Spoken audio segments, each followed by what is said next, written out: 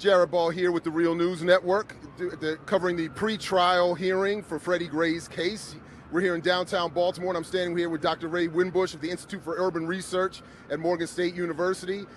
Dr. Winbush, what do you think about what's going on so far as we are headed down following the protesters on their way back to the courthouse?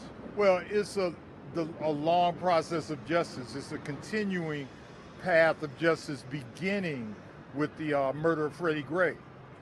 And it is going to be here a long time, and what we've got to be very, very cautious of, we don't get distracted by demonstrations as being the goal of this, but the goal is justice towards Freddie Gray, for Freddie Gray.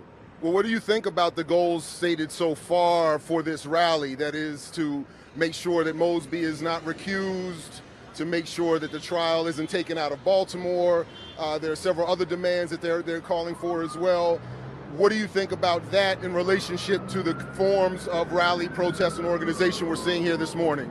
Well, I think it's important, especially the issue of change of venue. I mean, the last time they did that in my memory was Simi Valley with the Rodney King trial, and we know what happened as a result of that.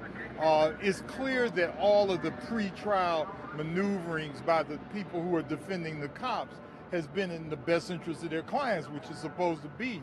But some of the charges are absolutely ludicrous relative to Marilyn Mosby. For example, she sent, told, these emails about police in Sandtown, Winchester a lot. That's all it said. It didn't say kill people.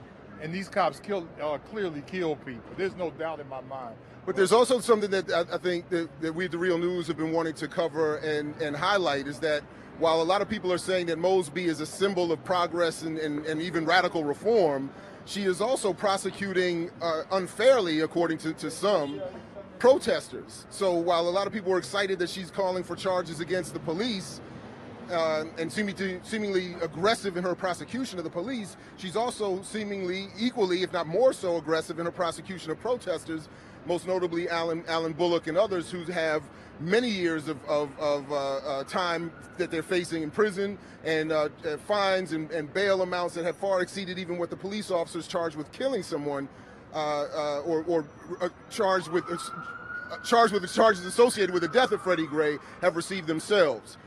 I'm going to get philosophical here. I think the system of white supremacy always forces people to compromise. And what you say is absolutely true. It puts us in positions of contradiction.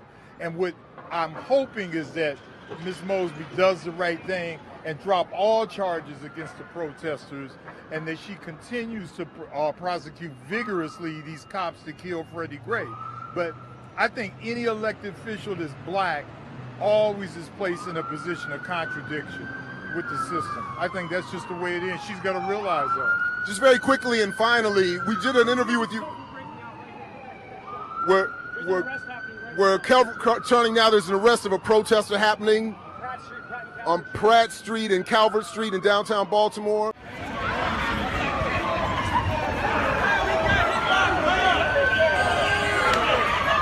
Back on the sidewalk. On the sidewalk. Sir, on the sidewalk. On the sidewalk. Take your hands off. On the sidewalk. Get out of the street. Get out of the street. Be applied. Be applied, sir. Be applied, sir. Step out of the P to track.